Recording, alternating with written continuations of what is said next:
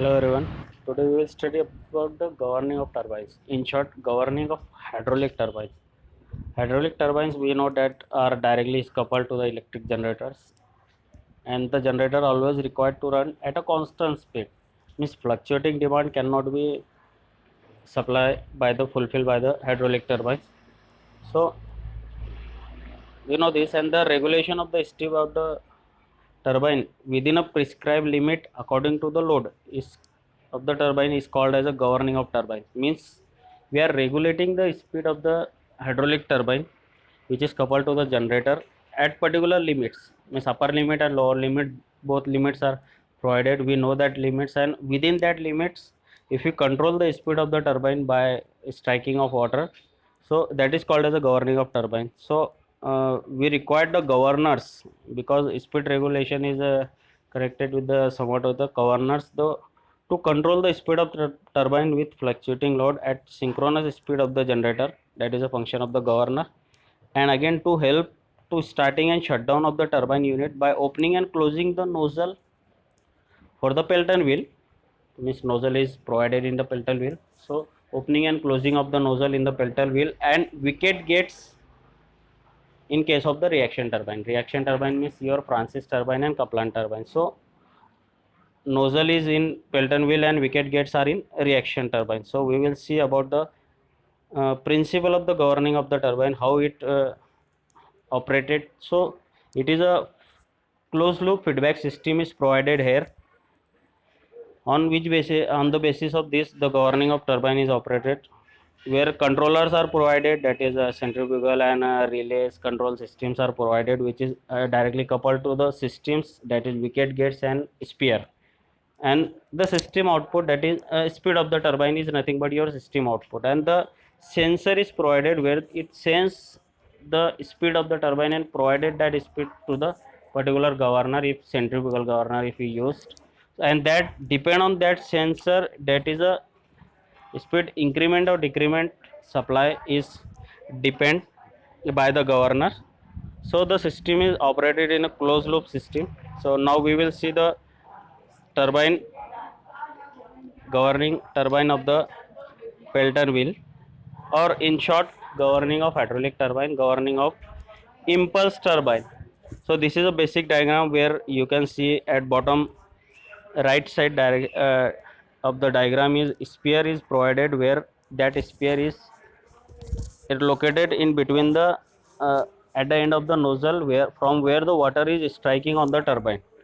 So and that sphere is connected to the piston rod or relay rod of the cylinder, relay servo motor, that is nothing but your which operates to and fro, that is a reciprocating type. And again that relay is again connected to the second control wall, that is a piston rod, and the fluid which is supplying between this is a oil which is located and which is stored at a oil sump.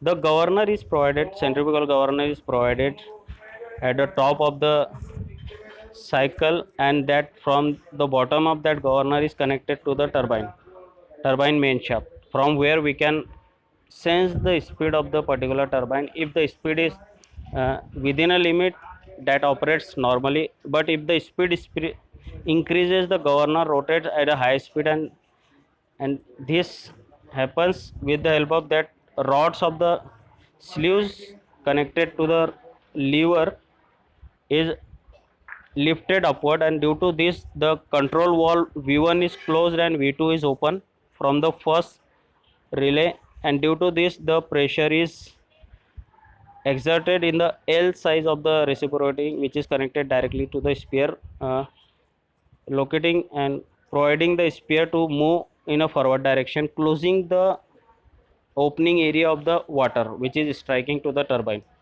Same way, if the speed of the turbine decreases at a particular limit, the lever is goes down, and due to this go lever down, the V2 V1 opens, and the oil entry of the oil from the oil sump is decreases from the V2 side.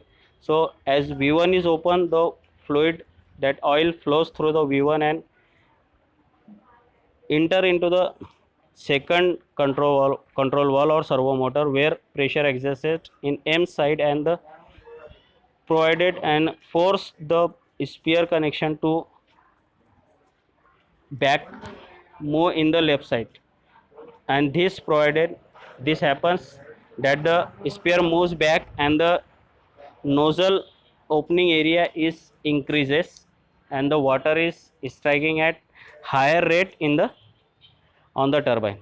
So this is a basic diagram of your impulse turbine governing. That is a we are controlling here with the help of this diagram sphere of the Peltel wheel. Same way we can control the hydroelectric reaction turbine. This is a basic diagram of your reaction turbine where we are controlling the simply the wicket gates. That is only wicket gates, that is regulating rings at particular angles. The rings are provided, regulating shaft is there, regulating rod, servo motors, and the upper this connected to oil pressure governor. That the other system is same as that of the sphere, only the exit system is different from the impulse turbine. So spiral casing is there and wicket gates are directly connected to the with the help of regulating rod to the regulating wall. Same, if the speed increases, the servo motors regulating shaft, regulating lever moves in the back left side. Due to this, the lever lower lever that is moves back and the rotation of the wicket gates are in clockwise direction. Due to this, it opens the entry areas of the channels of the water and that water striking rate is increases. And same way, if the water your speed of the turbine is increases at particular limit, this provided with the help of servo motors and then other things. Due to this regulating rods and regulating levers are moved in a counterclockwise direction, that is closing the gates of the means closing the supporting structure, supporting blades of the turbine, and causing due to this the water striking rate or water entry rate of the on the turbine is decreases. So this is all of your governing of impulse turbine and reaction turbine. Thank you.